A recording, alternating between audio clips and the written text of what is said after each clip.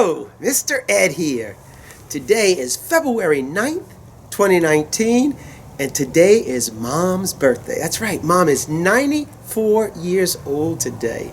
So happy birthday, Mom. And before I go on anymore, I have to say that I'm sorry I don't remember the name of the viewer, but they had told me that in the comment that I read this morning that they had written on their calendar that February 9th was Mom's birthday, and they asked me if I would make sure to tell Mom that they wished her a happy birthday. So I will pass along that happy birthday greetings to her. So what am I doing today? Today, February 9th, I'm setting swarm traps. I should have been setting these traps starting last week. I've already had plenty of people commenting to me that they had their traps set 2 weeks ago, but I was doing all my rotations and I never had a chance to set the traps. So today I'm actually starting to set our traps. Well, I like to spread the knowledge of catching bees, especially free bees, basically free bees. So I was invited to Purvis last week to speak to the Pine Belt Beekeepers Association to talk to them about catching swarms. That's about 75, 80 miles from here. And I said, well, yeah, I'd be happy to come up there and talk to y'all.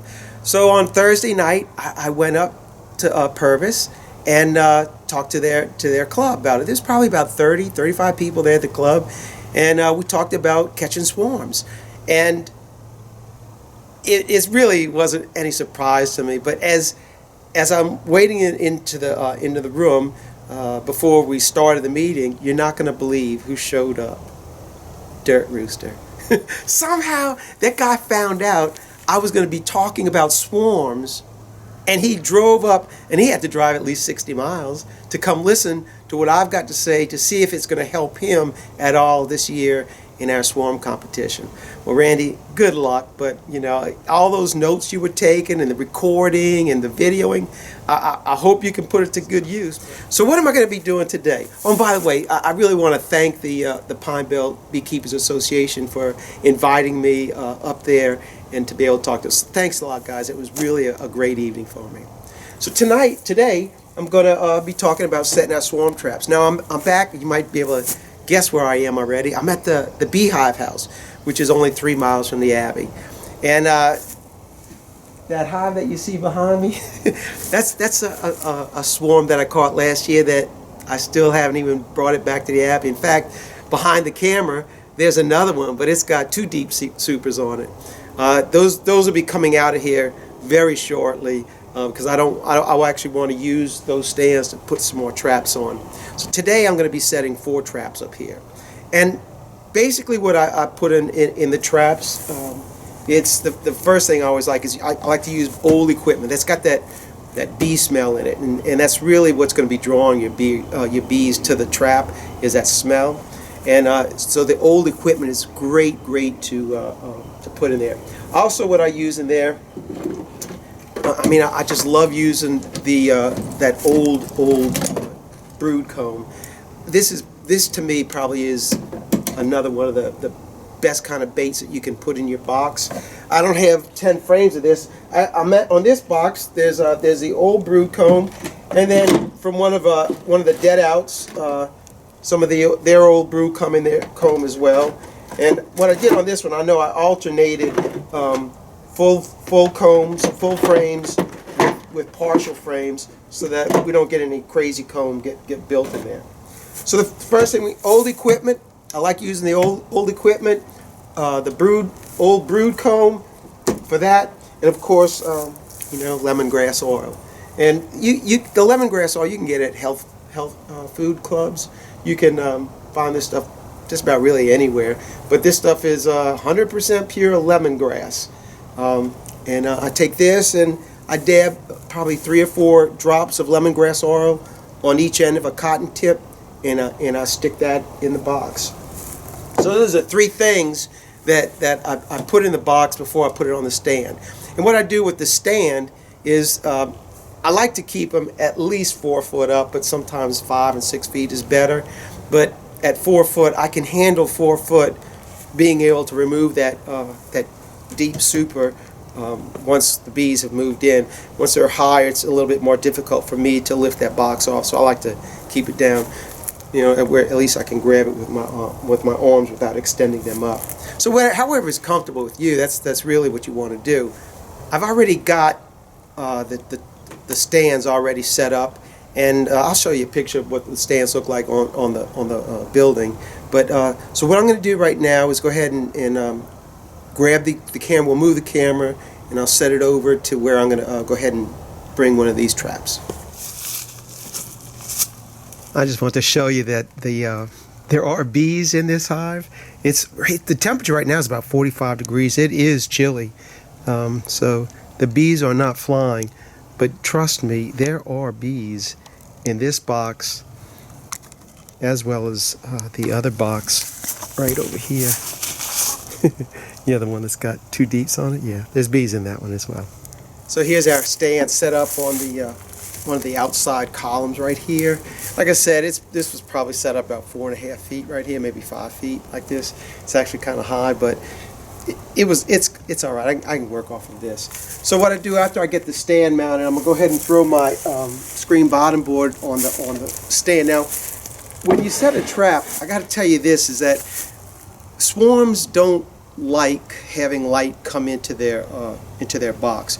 So even though I'm using screen bottom boards, they're screen bottom boards, but one of the reasons I build these solid platforms is to not allow any light penetration into the hive. So by putting the screen bottom board on top of a platform, it's a dark area inside of the box, so that this isn't going to discourage the bees from coming in.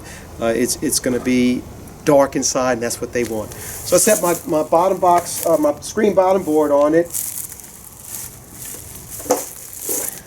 Grab my super and set that on it as well. Now, at this point, this is when I'm going to go ahead and bait my Q-tip with my lemongrass oil. And again, all I'm doing is putting 3 or 4 drops on each end of the Q-tip. I can smell this stuff already. Even though I have a little cold, I can smell the lemongrass oil. And after I get the lemongrass oil on the Q-tip, I have this really nifty little tool.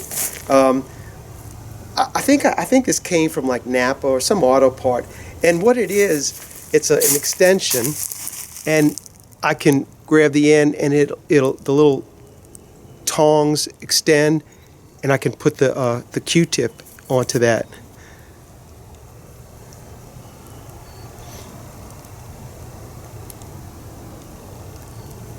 So then it grabs it like this, and this way, when I come back, like every 2 weeks when I come rebait these things, I don't have to take the lid off to drop it in. I can take and shove the Q-tip in the opening of the hive, which I'll do right now.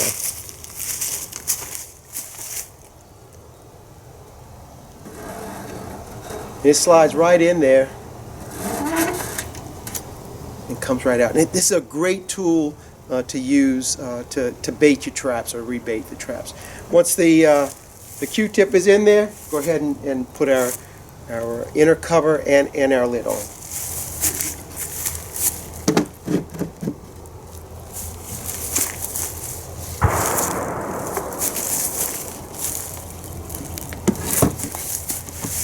And now there's only one thing left to do, and that's put a strap around this, because we want to secure this thing from the wind or just anybody bumping it or knocking it over. There's nobody lives in this house, so it's not going to get knocked over by somebody, but still I want to put a strap on it so the box doesn't move.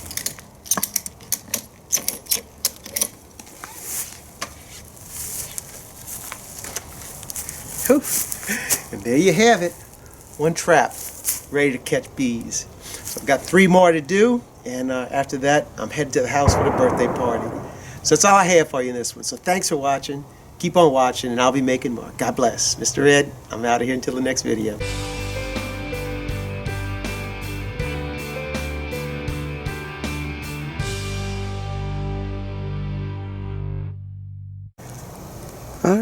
everybody is all baited up and ready to go. Now that first one is the one that I just set just a little while ago, and those other two, those are the ones that have been out here since last year. But these are the ones I set today. It's the one on the corner right here, in the middle right here, down at the other end, down there, as well as we have one more set on the other side of the building, right there. So we set 4 traps today. Now one thing you probably noticed that I didn't talk about before was the blue tape and that piece of wood right next to the strap. And the piece of wood is the anchor that holds the top box to the bottom screen board. And before I put that on, I run a piece of tape all the way around the box.